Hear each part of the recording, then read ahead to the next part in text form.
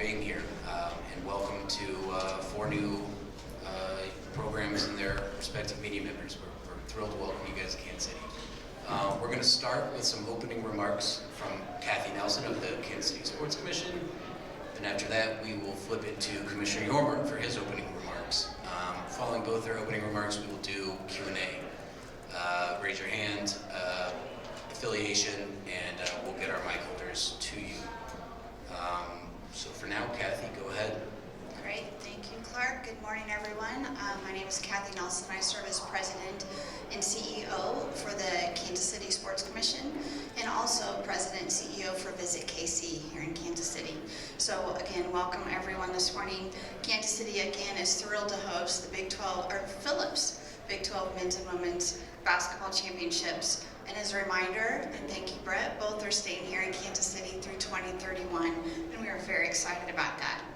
This year marks the 24th time that Kansas City will host the Men's Basketball Championship more than any other city, and the 15th time that we have crowned a Women's Basketball Championship right here on this inside of T-Mobile Center. And congratulations to TCU. I was here.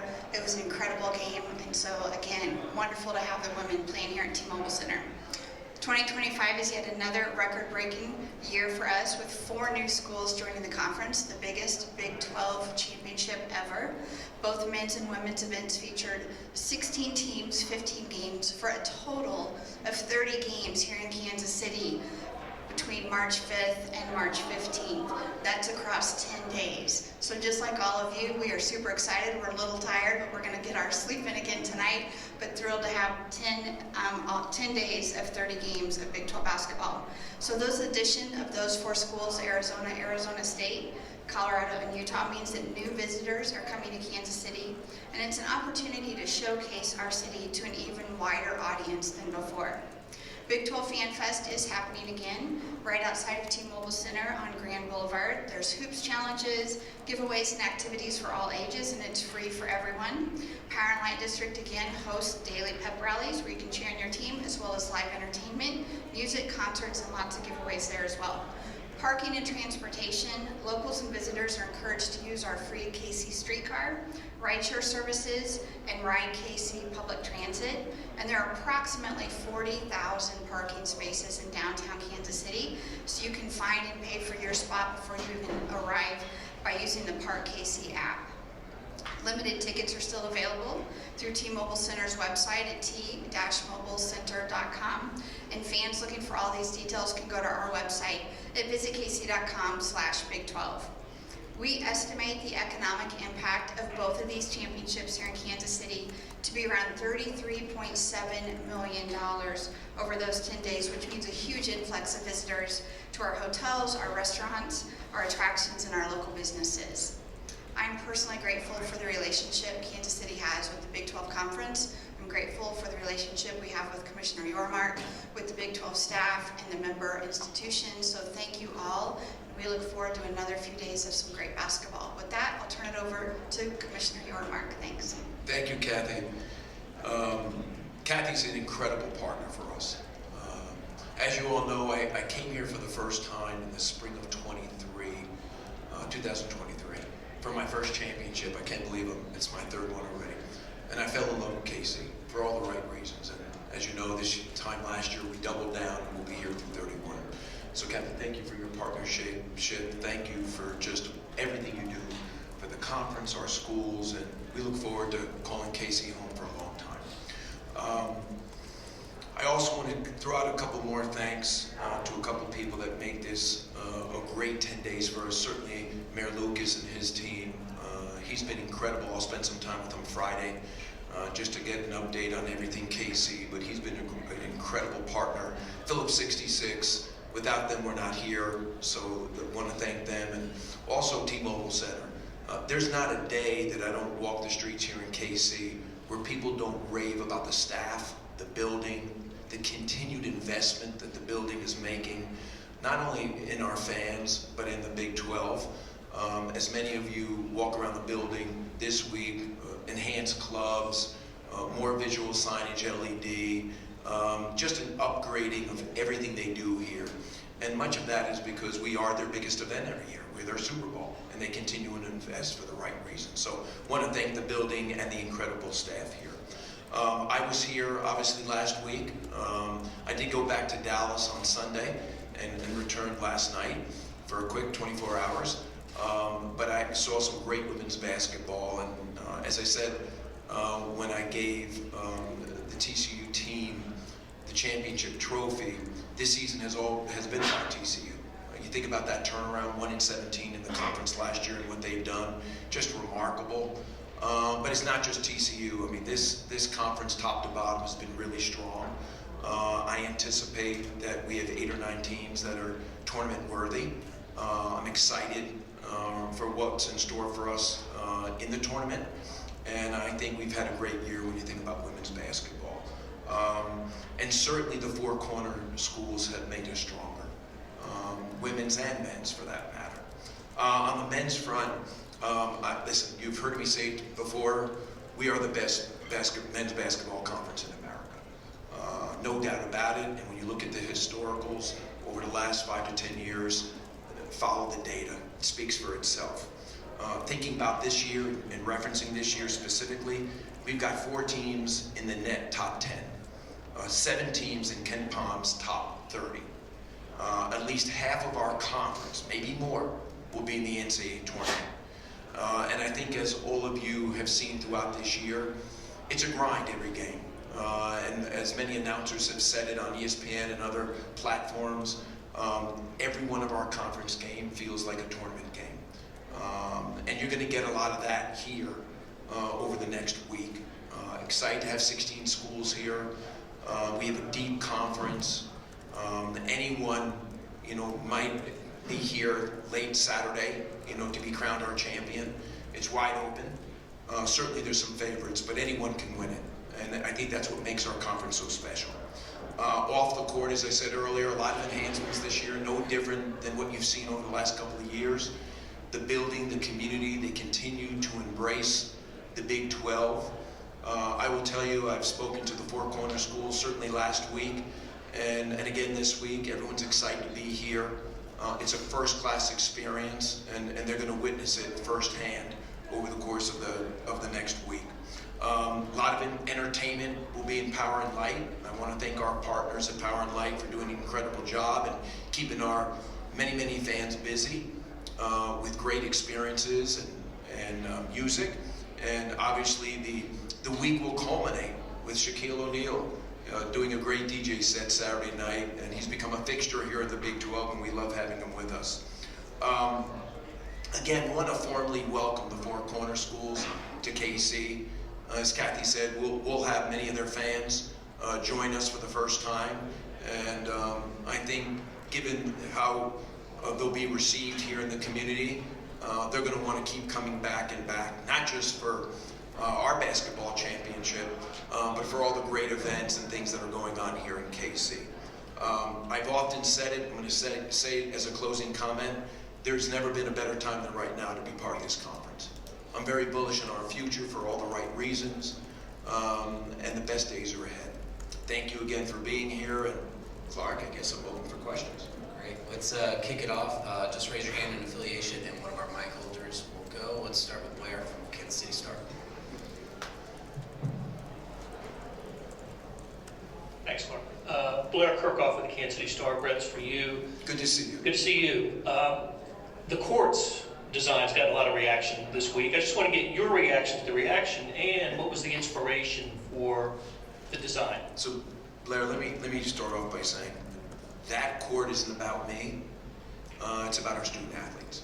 When I first got here, it was all about modernizing and contemporizing our brand, connecting to culture, and getting on the consciousness of current and future student athletes. And that's what we're doing.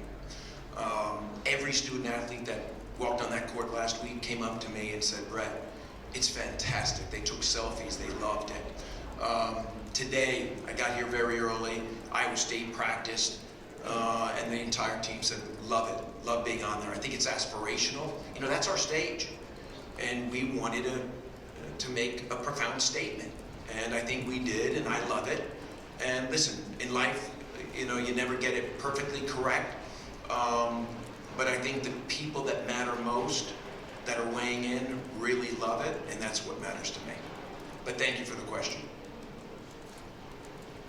Go Scott in the green from Cincinnati. Scott Springer, Cincinnati Enquirer. Scott, how are you doing today? Good. Now, was there a direct flight from Cincy or not? There is no such thing. There is not. If We you got to can work get on that that. going, I know, we got to work on that. Yeah, I mean, I like Okay. Chicago and all, but I'd rather. But you got here okay? Yeah, I did. All right, good. Yeah. Had an open seat on the way here too. That's something. An open seat next to you? Yeah. Oh, Yeah. okay. Yeah. Anyway, not every team is going to make the NCAA tournament here. Can you describe the Crown tournament? Is it the top 2 qualifiers that don't make the tournament? Some specifications on that event. It is the top 2 that don't get into the tournament. We're excited to be part of the Crown. We think it's going to be a first-class opportunity for our student athletes to showcase their talents, our teams. Fox is a wonderful partner of ours, as you probably know.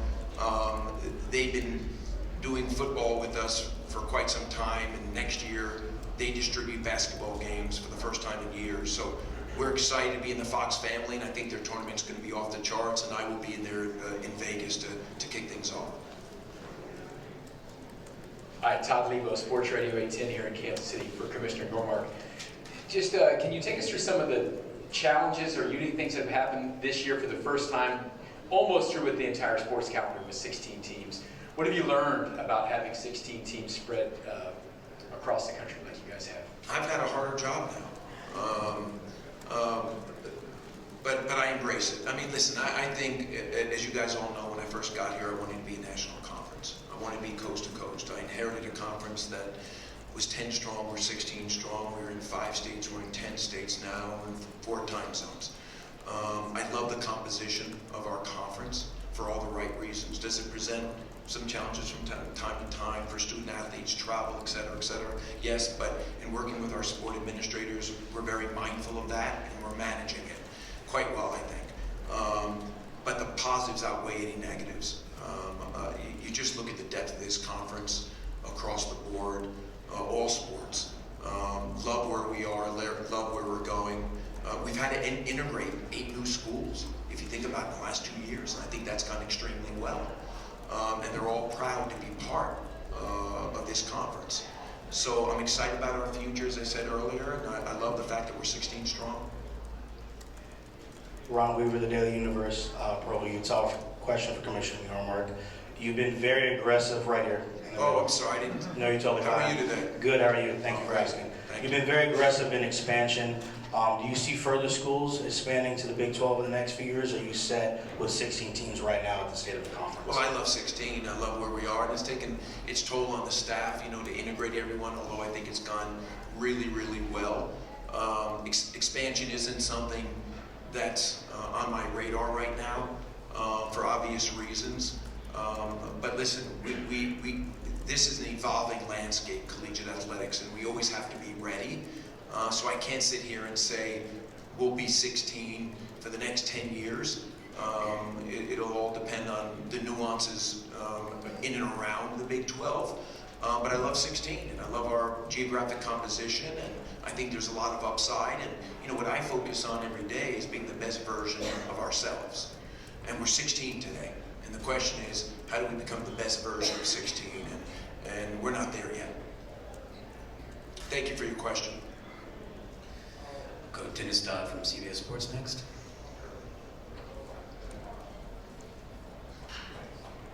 Brett, where are you on big picture bracket expansion?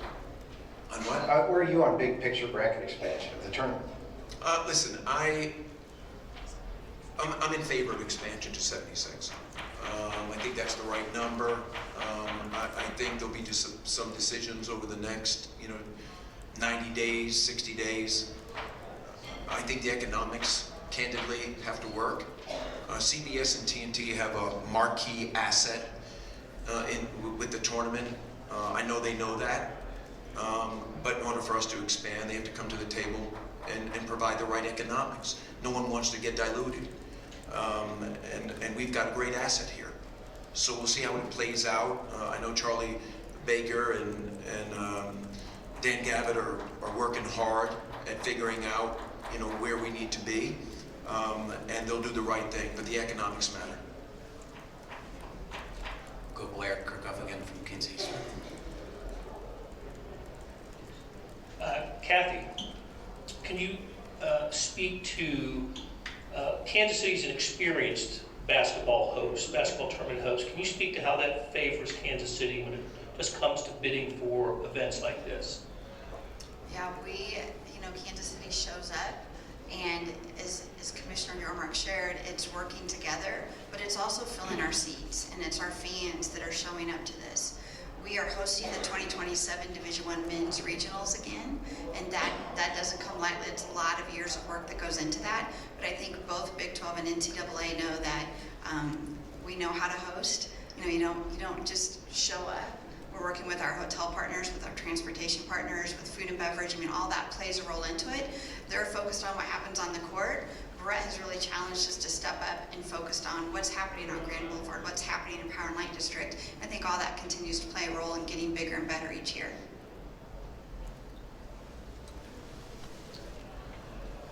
Over here, question for both. Harold Kent's Fox affiliate here. Good to see you again. One question for you, Brett, with the conference and the way the brackets are scheduled. I know every conference has like a unique way of doing brackets. Some have 4 teams going and they just kind of build up to a championship, giving the buys to top 4. Have you ever thought of anything, or have you heard anything from the coaches of the way the brackets work for the Big 12 tournament and what's best for the student athletes? I'll have another question. You're talking about our bracket here? Yes. Yeah, no, listen, I have gotten nothing but positive feedback. Brian Thornton is our head of basketball. Hopefully you all know him. Brian, have you heard anything else? No, it's been positive so far. Obviously, this is our first year with 16. And one of the things that we want to do is we always want to reward our teams that have great years throughout the course of the season. And that's why we give double buys to our top 4 seeds. Our 5 through 8 receive one bye, and then our other teams play, obviously, today. But we always want to reward them, and as Commissioner talked about, it's extremely important because we look at our conference as a conference that's going to have half of our teams in the NCAA tournament. And for our teams that have played really well over the course of the year, we don't want them to have to play 4 or 5 games ahead of the NCAA tournament. So we want to reward them, put them in the best place to be playing the best basketball when it matters the most. Thank you. And Kathy, for you, obviously this one big event leads to more big events coming up in the future. Just how does an event like this and the way you guys made this so streamlined help you guys going forward for preparing for something like the World Cup coming next year? Yes, it has been an interesting week already. Last week, I'll give you a couple examples. We had our staff here for both Sports Commission and Visit KC working. We also at the same time had a site visit for Division I Women's Volleyball, which we're hosting in December, the Final Four. We also had a 2-day site visit with Rugby World Cup, which we're bidding on for 2031 for men and 2033 for women. And today we've released the Sonic ID for World Cup for next year. So these types of events just means we get better and better again, and knowing how to operate with that, we're increasing our staff size, we continue to hire more people, and it makes it better as we look to the future. Just speaking about FIFA, I need to tell everyone I was watching Fox this morning. I'm a little loyal to Fox because my sister-in-law is the anchor in New York City. And you guys played, and for the first time, I think, the new theme song for FIFA, which was terrific. I want you to know, I didn't get off my Peloton to dance at all, but it's a great theme song. Great theme song. Kathy's done a heck of a job here. I mean, the biggest and greatest global events are all coming to KC, so incredible. Saul Bowman, PHNX Sports. Obviously bringing in the Four Corner schools and their history in Vegas and the Pac-12 tournament. What kind of, feedback have you received from those schools in terms of future venue opportunities for this tournament specifically? Well, listen, they've been in Vegas for a long time. They liked Vegas. Vegas was great to them. No different than what I said to the women's teams last week. Come here, sample it, give me your feedback. Across the board, they loved it. They thought it was first class, an experience that they haven't had anywhere else, and I expect the same from the 4 men's coaches. Because, I'm very engaged with them, and I want their feedback. I want them to tell us how we can get better. But I think they're going to love it here for all the right reasons, and for the same reason I fell in love with KC. And as I said earlier, we're here through 31. We're committed to KC. What happens after that, I don't know, but I would anticipate we're here for a long, long time. plaid shirt. Brett, and maybe this is for Brian a little bit too, but just there's a lot of talk about going to 18 games next year. What was behind that decision? Did y'all feel like, or did coaches feel like 20 was too much, or how did that come about? I'll let Brian speak to that. Brian, go ahead. It's a very good question, and that is our anticipation to go to 18 games. And one of the biggest impetuses for that is just the balance of conference versus non-conference games.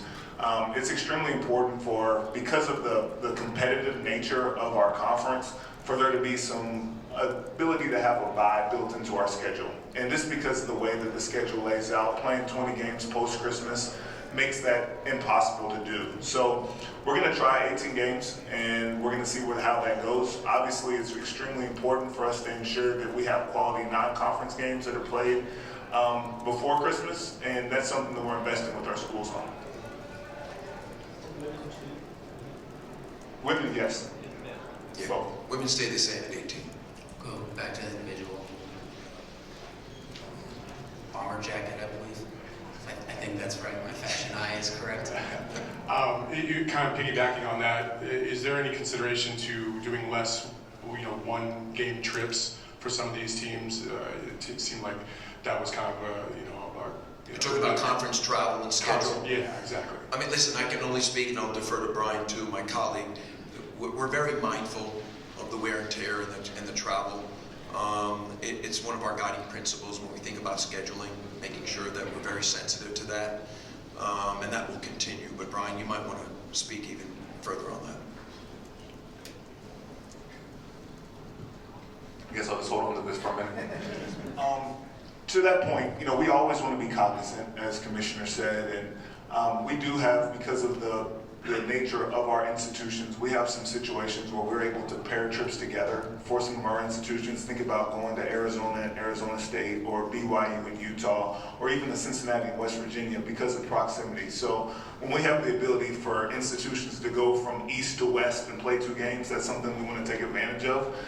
For our institutions that are more centrally located, it's easier for them to either go west or east in a 1-game scenario. But we want to definitely be mindful of making sure our student athletes are in as good of a position as possible. We've got time for probably 2 more. We'll start with the individual on the back. It's Navy polo.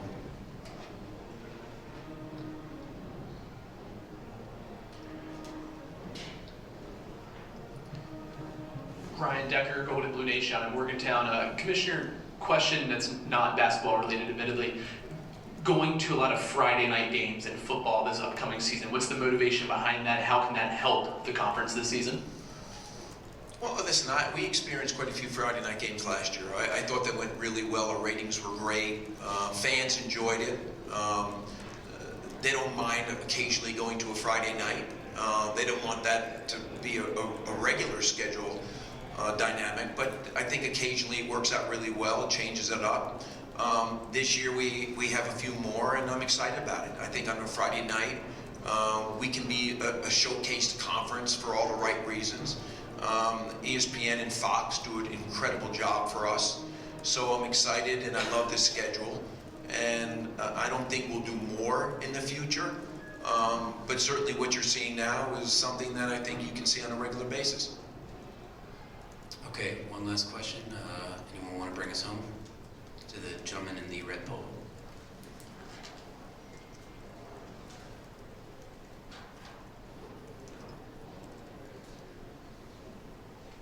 Hi, Commissioner Kevin Kinder from the Blue and Gold News. How you doing, Kevin? Just fine, thank you.